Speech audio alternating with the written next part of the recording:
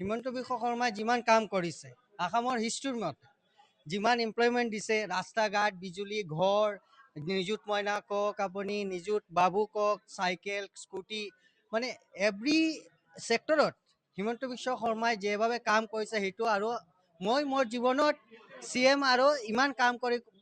কাম কৰা C M মই দেখা নাই তো এই কাৰণে মই গৰীব ধনী দুখীয়া যিমান মানুহ আছে মানে আশীৰ্বাদ দিব হিমন্ত বিশ্ব শৰ্মাক আৰু বিজেপিৰ যিমান ইয়াত কেণ্ডিডেট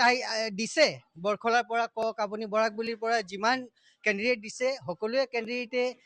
বিৰাট মাৰ্জিনত জিকিব আৰু সেইটো হিমন্ত বিশ্ব শৰ্মা ডাঙৰীয়াক মোৰ বৰাকবুলিৰ পৰা এটা উপহাৰ হ'ব যে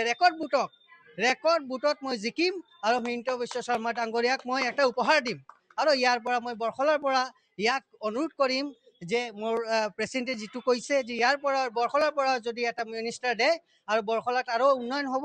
বা আগন্তুক দিনক মই দেখিছোঁ বিগত 5 বছৰত ইয়াত আৰু ডেভেলপমেণ্ট ইমান বাবে হোৱা নাই যেনেকৈ ইয়াত আৰু কংগ্ৰেছ আছিল তো এই কাৰণে মোৰ ইয়াত ডেভেলপমেণ্ট হোৱা নাই তো এই বছৰত মই আশা ৰাখোঁ সকলোক মই আশা ৰাখোঁ